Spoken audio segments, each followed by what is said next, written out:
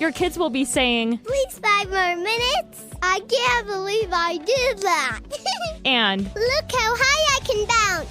Spring Free is the world's safest trampoline, the place where stories are made. The innovative design boasts no springs, so you know you're safe.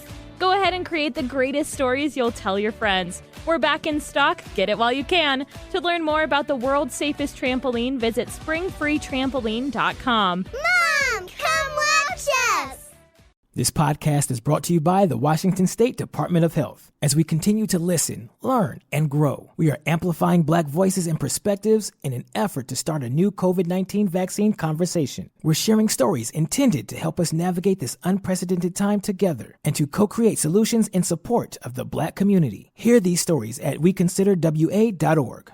Hey, this is BJ. Thanks for listening to our show's podcast. If you're a fan of all things geeky, you should check out my other podcast, BJ Shea's Geek Nation. We have new episodes every day, and you can check it out at bjgeeknation.com. Your driver's license is important so you can get back and forth to work, get your kids to school, and back and forth to daycare. If your license has been suspended because you can't pay your tickets, you can't do any of those things. Let's talk about Chapter 13 bankruptcy. You may have heard the tickets cannot be discharged, but they can be dealt with in a Chapter 13 case. Why not come in for a free consultation? The chapter you choose will make all the difference to your getting back legally on the road. Let's design a plan to pay off your tickets and restore your license immediately. I'm attorney Travis Gagne. Please contact me today at choosetherightchapter.com. That's choosetherightchapter.com. 99.9 KISW, the Rock of Seattle. Jason Kidd is going to be taking over as the Dallas Mavericks head coach next season. And if you play on his team, you might want to make sure you have an iPhone. This story is coming out about a time back in 2014 where Jason was the coach of the Bucks, and he once punished the entire team because one player had an Android phone, which, of course, messed up the team's group chat. Oh. Yeah. No blue bubbles. Get the hell off my team. Oh, really? Seems about right. Yeah, I guess if I don't have an Android phone, and I don't know. Is it just because they show up in a different color and that messes it up? And also, like, if you want to, like, let's just say you're on a group chat and someone's on an Android and you like, you know how, like, you could put like a little like or an emphasis or a heart on a certain text. You'll get a text that just says BJ liked your text, as opposed to it showing that. So then, like with us on the Donkeys, we have one guy, Joe, who doesn't have an iPhone. And so now all we do just to troll him is that we'll all like things, so it just keeps on showing up. Like, Steve liked this, and then I'll like it, and then like, Munson liked Steve's like, and it gets ridiculous. Oh, and so his phone gets wrecked because of it. Well, we all do, but we're trying to set an example, and he hasn't followed suit, and it's very disappointing. So we need Jason Kidd to be the coach of the Donkeys as well. Yeah, he was a proponent that, look, if one player messes up, then the entire team pays for the mistake, which is exactly what happened when with this Android debacle. So having an Android's a mess up? Yeah. Thon Maker was the dude that had the Android, and I guess he caused some confusion in the chat because of him having an Android. Kid was fed up with the whole damn thing, so he made the entire team run sprints at practice. And I understand the mentality is that you're trying to really show people that, you know what, the whole team can be affected by one person's screw up. Sometimes in the military, they will try to train you that way. So the iPhone was an example of the team not being united in Jason Kidd's mind. Isn't it the coach's job to like find a solution for the players, which would be like, hey, maybe get WhatsApp, which is an app that goes over everything, and you can do group chat in that. Like, simple solution. This coach is a jerk. No, the simplest solution is him buying an iPhone, Rev. Yeah, whatever. That's a simpler solution. Well, Rev, there's two schools of thought, and this is the tough love thing. This sounds like the most millennial coach of all time, though. Doesn't it? It's like, this doesn't seem like something that would have happened like 20 years ago. Yeah, they would have done. True. But he's using a strategy from 20 years ago to deal with a very millennial thing. You're right, Steve. It's like over an iPhone, but his strategy, which of course is pissing Rev off, and there's a lot of talk about this right now with Simone Biles, who just withdrew from the Olympics because she just said, look, I got to take care of my mental health. And there are old school people who just don't understand that. They just don't get it. They don't get that kind of coaching, which is the tough love coaching, is really necessary anymore. And you've got the two schools of thought really fighting each other. And it's right here, Rev. It's no doubt about it. You are not on Jason Kidd's side on this one. No, not at all. Yeah. Well, I don't think the team wasn't either because eventually they fired him. But that's also because the team was not a winning team. So well, and look what happened to the Bucks when they did get rid of him. Eventually, they all got androids and they all won the championship. That's what it is. That's what it is. Yeah, I watched this special on HBO, which I think, it's very, very timely if people don't know it. Michael Phelps basically narrated it, and it's called The Weight of Gold. And now that we have the Olympics going on, boy, it's an eye-opener. It makes me think, I'll tell you, I honestly feel bad for making fun of Tonya Harding way back in the day.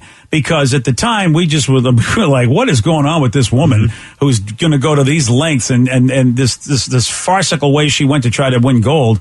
But then you watch this documentary and you realize, oh, wow, okay, obviously Tonya was mentally unhealthy. And now you realize this is almost an epidemic in the world of Olympics. I haven't watched the Tonya Harding documentary, but a lot of people say you finish watching that and you have a whole new perspective of like she's not the evil villain that many people thought that she was. Yeah. That coupled with Weight of Gold, and you start to really go, whoa, because, I don't know what it takes to be an Olympian, and I don't know what their lives are like. I mean, I know you have to be dedicated, but boy, it's definitely, you go, wow, all right, this is a mental health situation that I had no idea about. So, I mean, the amount of pressure from family and then you have the pressure of like competing for your entire country. It's got to be a lot. And for so many of these athletes, they're maybe in their 20s, if you're lucky. Like a lot of them are teens. Yeah, the winning or losing, it sometimes doesn't even matter either, Steve. It's the depression of basically when it ends. Like, because you've been just doing this thing for years and then it's over. Yeah. Oh, man. And it's even if you win, it's on to the next person. They say it's like a factory. It's like, okay, especially if you're an older Olympian, they go, we need to get the shiny new Olympian out there. And all of a sudden, no one's giving you the attention anymore. And all the services that were provided for you are no longer provided. And it's like you're kicked to the curb, whether you won gold or not sometimes. I'm glad my parents never really fully pressured me into becoming an Olympic shot putter like I wanted to be when I was a kid. Shot put, huh? Yeah, that also, the ball's really heavy. So I was like, okay, there's two reasons. Yeah. My parents weren't pushing me to do it, and I couldn't pick it up. Yeah. Literally. Yeah, I think those are going to stop you right there. Those two things are going to stop you, buddy. Roadblocks right there. Otherwise, you know what? You've got gold written all over you. That was the one. It was that. And I was like, and then was it the discus one? Yeah. And I remember thinking, how hard would that be? And then you're like, actually, like, I remember one time at school, like, they brought, like, some of these things that were used in the Olympics, and they're like, wow, this is a lot harder than I thought. Yeah, whenever you start anything. You think things look so easy because you see these professionals do them until you try it, and then you realize, not javelin, the pole vault. Yeah. I always thought that would be so awesome. I couldn't even imagine trying to do that now, even if I had, like, safety harnesses on and, like, a helicopter picking me up. Like, that seems so terrifying. That still would be, that'd be a lot. But you know what? That is every time you hear some jabroni going, how difficult? Come on, how difficult is that? Here we go. Mine is curling. I feel like if you give us a couple of years, we could probably be really good at curling. Oh, you think you'd be good at curling? A couple of years. Yeah, no, I don't think so. Some intense training for like 2 years? Yeah. I don't think so. I feel like I could make the Olympics. But you could make the Olympics curling. Yes. All right. I almost want to bet you. Well, are you going to give me 2 years off so I can really focus on my curling career? Oh, yeah, sure, yeah. First of all, it's you, Steve. What are you going to focus on for 2 years, really? Sweeping and throwing this thing. Curling. Yeah. Sweeping and throwing this thing. I mean, you already sweep at home, I'm assuming, so you're already halfway there. Let's not get crazy, Vicky. Oh, excuse me, vacuum. I feel like you're a quarter of the way there. Now, if we're cleaning toilets, if that was an Olympic sport. Oh, now you're there. Oh, man. I've got that one. I'm not sure, though, how good of a job you do. I mean, are you Navy clean? Because I know that in the Navy, at least back when Come on over. You can eat out of my toilet, BJ. Oh, gosh. Ooh, hard pass. Ah, boy, there's an offer that's Navy never clean. been made. Yeah. No. Well, you know what? That's by you. That's your standard. Wow. What is does your wife go in there? Because I know your wife's got high standards. Yeah, she lets me do it. I know she lets you do it. Like it's a privilege. Oh, she allows you. She's so nice, BJ, that she allows me to clean the toilets. But it is your toilet. Does she even bother going in there? Because that's your bathroom that you destroy, No, I clean all three, man. Oh, you clean all three bathrooms? Yeah. And they passed the wife test. Well, I mean, it's either that or she has to do it. So I think she's willing to like give it a little bit of a. She grades on a curve because she doesn't want to be the one having to do it. Yeah, that seems right. Right. Yeah. All right, I'll go with that. Hey, you guys remember those red plastic cups that Pizza Hut used to have? Oh, hell yes. Of course. Yeah, well, Yes. they're back for sale, baby. I had a picture in my head. I didn't think about all the different places that have cups. I used to love those cups. They're just a red, sort of darkish red, hard plastic cups. Yeah. You know, they were cool. They'd be good for like when you want to like sneak like a drink that's not water out of the machine. If you're trying, Yeah, to it's hard to tell them. Right, though, you have to be very, very careful. Yeah. Yeah, exactly. Because you can still see like a cola or a root beer, or until the restaurants started getting smarter and giving you the clear cups if you ordered water or a paper cup. Yeah. Oh yeah, that darn paper cup. It's like you don't need to shame me. Yeah, I know. I hate that. You always get like the lame-o cup when you want water, and it really is. You just feel like a loser. Everybody's having fun with their regular cup, and you're like, wow, I had enough money just for some French fries. Yeah. French fries. So the PizzaHutShop.com yesterday for just $10. Wait, they have a shop?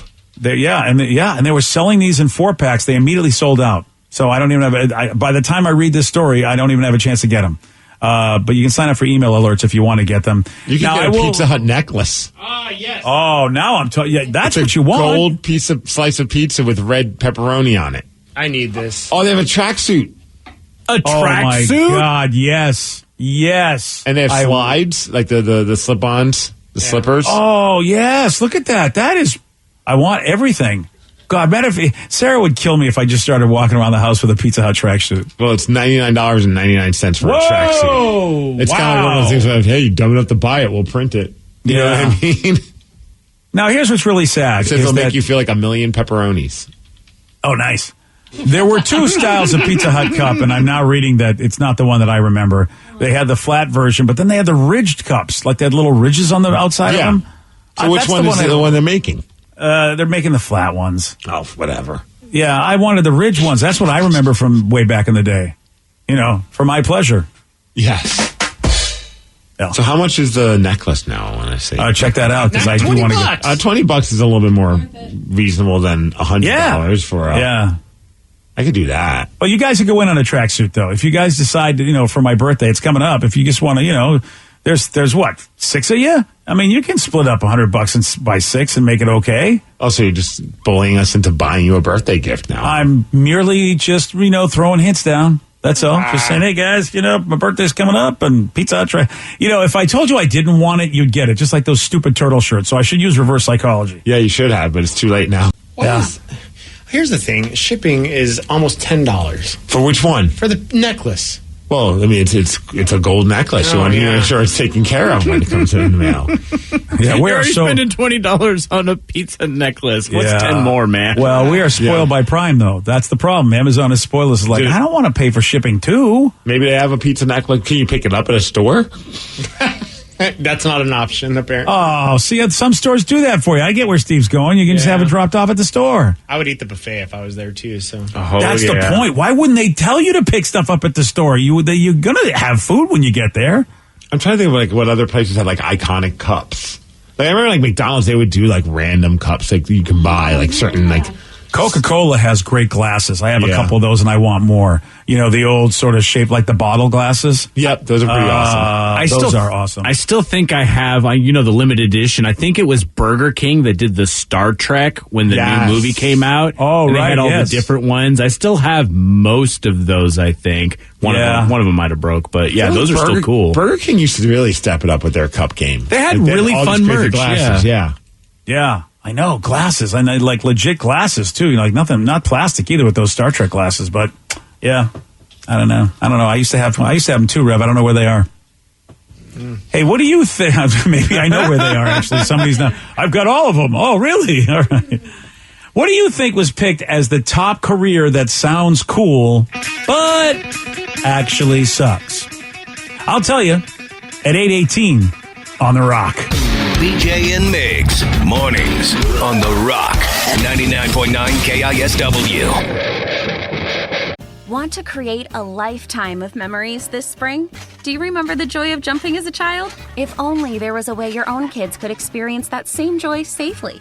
Spring Free Trampoline has been engineered to eliminate 90% of product-related injuries. The Spring Free design boasts no springs and a flexible enclosure and proudly offers a 10-year warranty. That's peace of mind. Lock in your ultimate backyard safe space before summer arrives. Visit springfreetrampoline.com.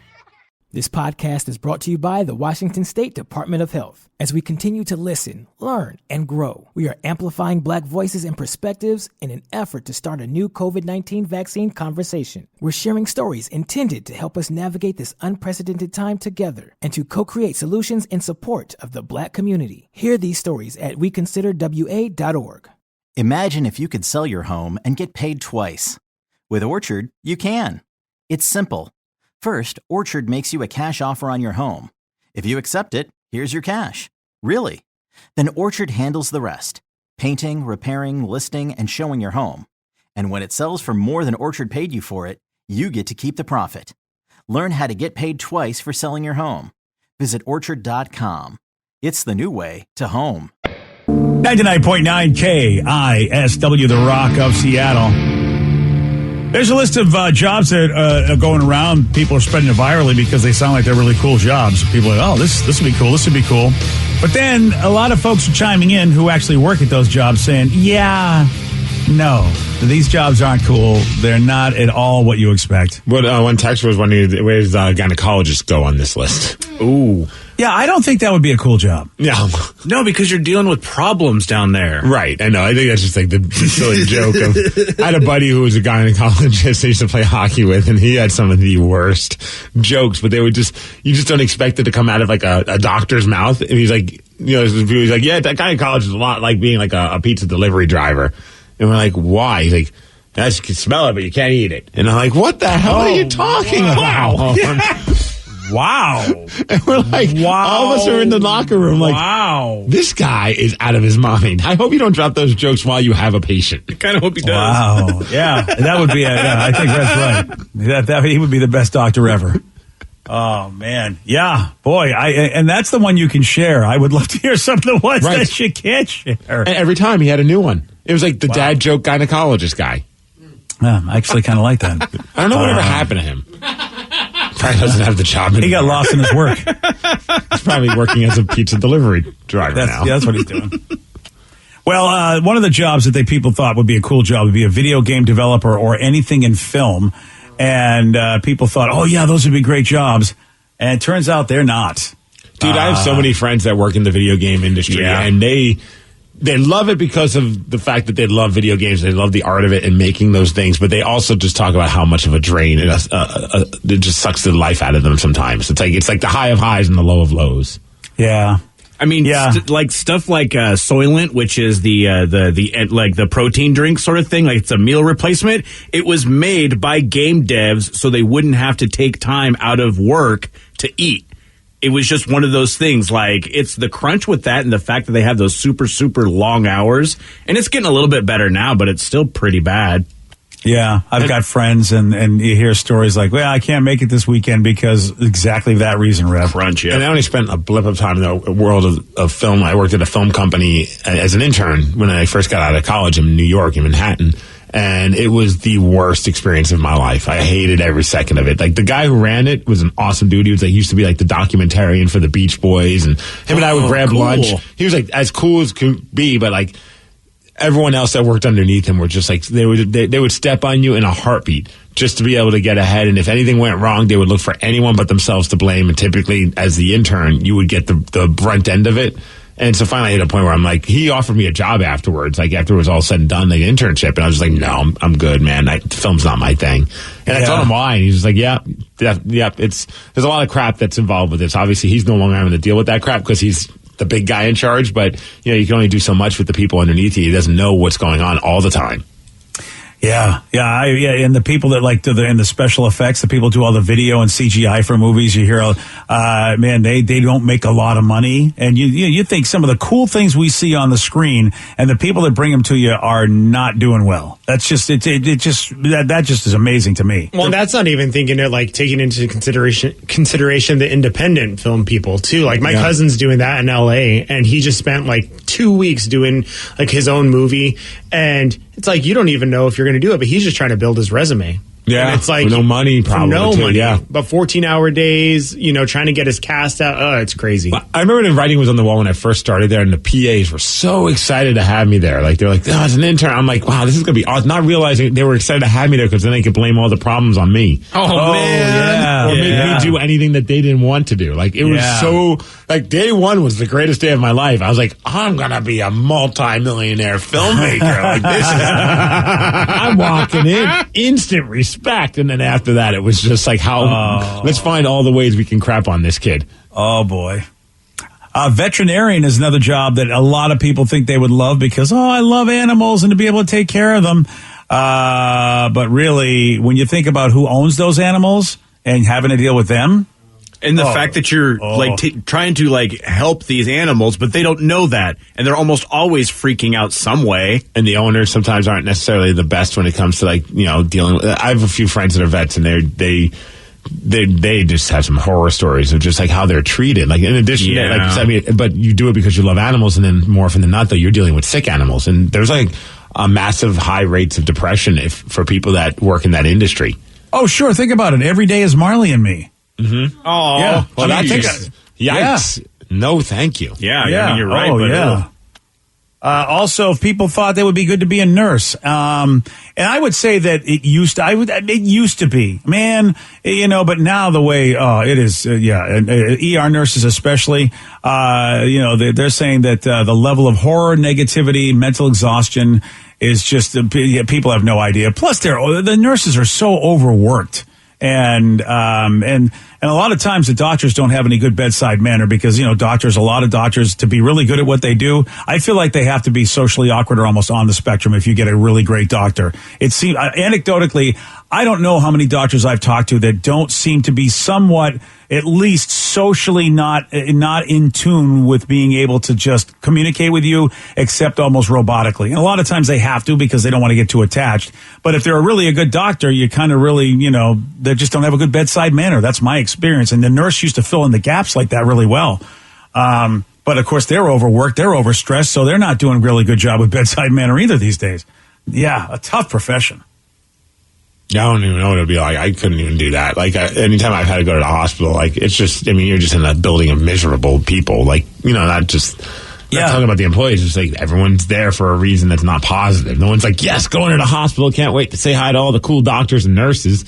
So it's you're just dealing with people just in their worst moods. Yeah. And, you get all the sick people around you. Oh, man. Plus, if you're the bedpan person, all that stuff you got to do. Oh, gross. Yeah. Really, you got to start somewhere, but. Yeah. I feel like if Steve was an intern there, that's where they put him. I was about to say, how does that work? Do you have to at some point, do you get to graduate from not being the bedpan person, or is it just something that just sticks with you? When the new person shows up. Right? It's hey, Sally, nice to meet you. Here. Just watching the different times I visited people in the hospital, it feels like just who's ever on has to do it. Right. You know what I mean? I feel like you should get a bonus. Yeah, I do too. Well, you kind of do get a bonus. Hey, look, a Baby Ruth. Oh. So glad I ate those crumble cookies before this segment, not after. Sorry. Flight attendant is also something you think would be cool because it was very glamorized and, many movies about flight attendants over the years that made them look like they had a great lifestyle. You get to bang the pilot. It's awesome, right? Oh, really? Wow. Yeah, or anybody else for that matter, like maybe the guy in first class. On travel everywhere you want to go. Yep. Yeah. Anytime you want. Yeah. But they're saying that actually, there are some perks, but basically a flight attendant is a server who cleans toilets and sometimes gets verbally abused. Nowadays, yes. Well, and also when you're on a plane, whenever you watch them having to go through that whole routine with the seatbelts and if this pops down and look under your seat, you can see there's just such sadness in those eyes. The eyes are just glazed over as they're just going through the motions. This is the fourth time I've had to do this today. None of you are paying attention. You all have your headphones on, even though we told you not to.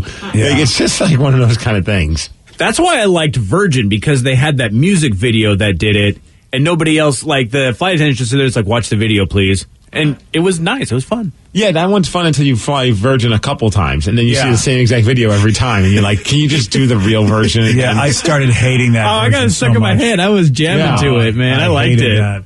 Oh, I was like, yeah, this was cute the first time, Virgin. Oh. Especially on the way home when you're exhausted and then that stupid chirpy video comes on. They come back from Vegas in the morning and just like, I don't want to do with this. $7,000 and I'm still hungover. Stop singing at me. Does anybody watching it? Why are you watching it now? Because I've never been on Virgin. I've never seen it. No, you had to be at least a virgin one time in your life. Never been. Oh, no. That's why I'm watching it. So I was like, I don't know what you guys are talking about. You need to watch it with the audio. Oh, it's super cool. The song is so awesome. Yeah. Not in the studio, please. Just we've seen it enough. Thank you. We've been through enough today. Does anybody, at least nowadays, think that being a chef is a great gig? No. Not after watching all of the TV stuff and all the way Gordon Ramsay just yells at you. Well, if you like yelling at people, it's probably an awesome gig. No, sure, okay. Yeah, I guess. I don't know how long you got, though. Rev, you probably would like it. You get to yell at people and wear Crocs. Yeah. Oh. Don't they wear Crocs in the kitchen? A lot of chefs you see, like at least on the TV shows I watch, they're rocking the Crocs. No, you're turning me around on this. I could be a TV chef then. For comfort reasons. Yeah. Oh, forget it, Rev. You don't like it hot, though. It gets hot back there. Yeah, I can just take off my shirt in the kitchen. It's fine. And he also likes yelling, so that would just accentuate the yelling. Mm-hmm. Absolutely. Yeah. My face gets all red. I'm sweaty and I'm yelling at everyone while they're trying to cook the food. Seems about right. Nothing like a shirtless, gassy guy doing my food. I want it. In Crocs. Yeah, that's, Well, I'd like to argue with you, but you kind of pinpointed me right there on that one, so. Yeah. Imagine the moment when someone's like, I like to speak to your chef, and then Rev comes out shirtless wearing Crocs. What do you want? His face is still red and he's sweating. Holding a cleaver, of course. You got to have that scene. Oh, yeah, I'll just have that on my belt. You'll eat the steak how I made it. Wow. Yeah, very, very long hours and relying on people who are not as passionate about their jobs as you are. I know, my son included, people that just want it as a hobby. They realize I do not want to have what I love ruined by having to work in the industry. I have a buddy in Vancouver, that's exactly what he does. Every time he'll post a picture of something that he created for dinner, and all the time, line of comments going underneath it saying, you should have your own restaurant, because they look so good. Like the pictures that he takes, you don't even know what they taste like, but based on looks alone, you notice it's got to taste really good. And every time he's just like, nope, don't want to do that because then I'll stop loving it. And like, he does it because he loves it. Yeah, it's so true, man. I'm like, well, can't I just make it for me? You don't have to. I won't pay you. Oh, if that's the problem. I won't pay. I mean, I'm more than happy not to pay if that's the issue. Okay, little Steve's personal chef that never gets paid. Great gig. Yeah. Yeah. And then finally, teaching. I know a lot of people really want to teach, and maybe at one time it was better.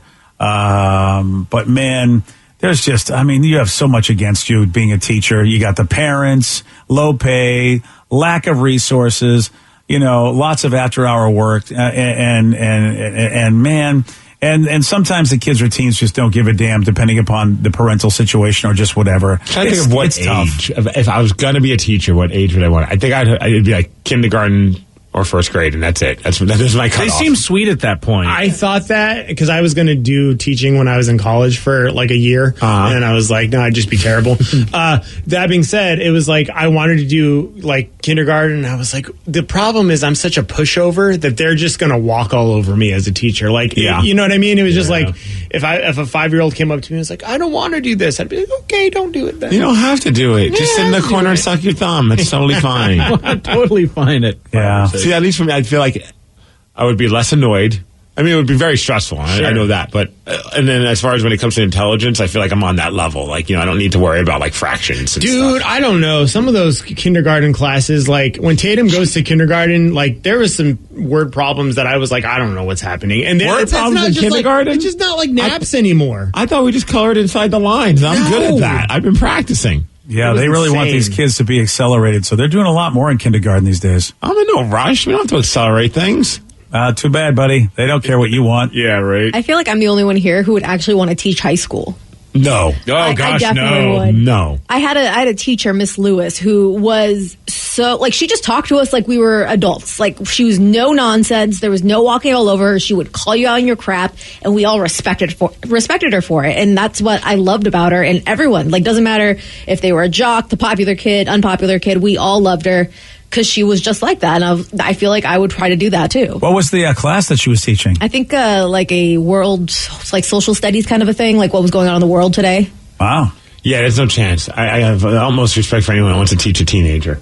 I couldn't do it. I would be the one I'd be pulled into the principal's office. Can you stop yelling at your students? I don't know how else to communicate to them. No, I cannot. Thank you. Yeah, very you remember much. when we went to we went to that high school and there wasn't anything that I almost snapped. Oh yeah, dude. There's just nobody cared. They didn't.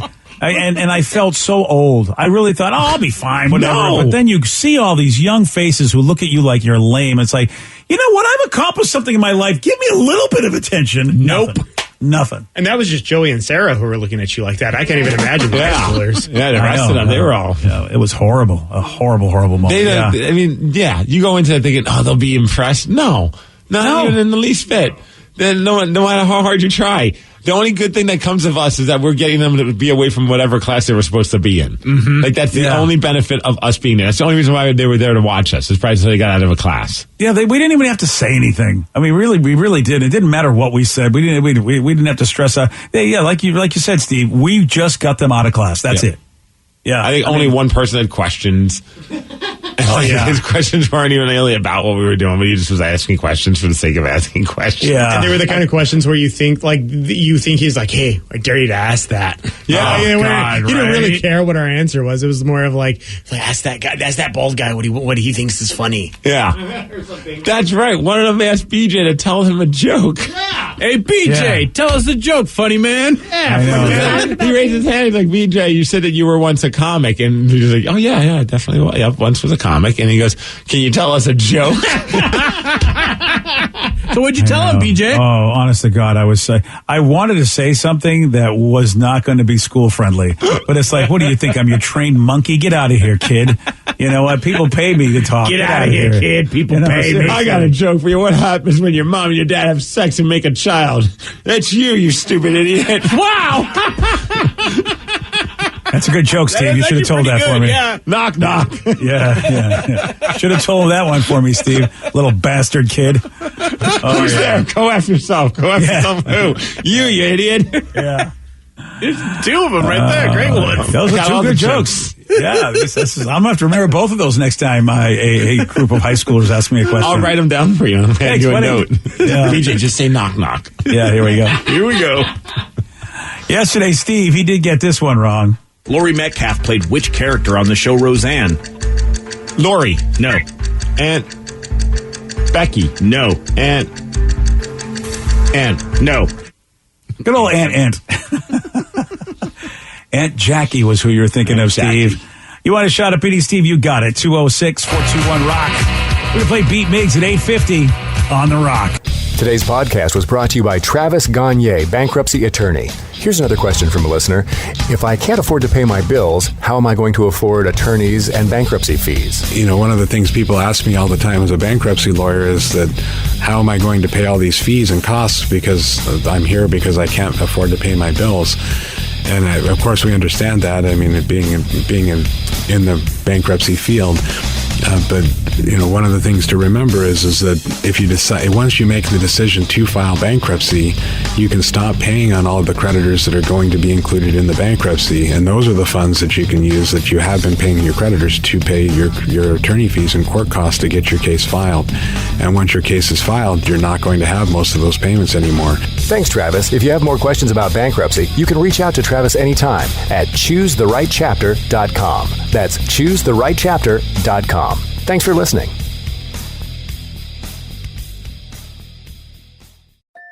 The world needed a safer trampoline. Dr. Keith Alexander, inventor of the spring-free trampoline, wanted to bring the joy of trampolining to his daughter. His wife said they were too dangerous, so he invented his own. Spring-free trampoline is the world's safest trampoline, with no springs or hard edges. Now, parents can have peace of mind that their kids are outside jumping safely. To learn more, visit springfreetrampoline.com. This podcast is brought to you by the Washington State Department of Health. As we continue to listen, learn, and grow, we are amplifying Black voices and perspectives in an effort to start a new COVID-19 vaccine conversation. We're sharing stories intended to help us navigate this unprecedented time together and to co-create solutions in support of the Black community. Hear these stories at weconsiderwa.org.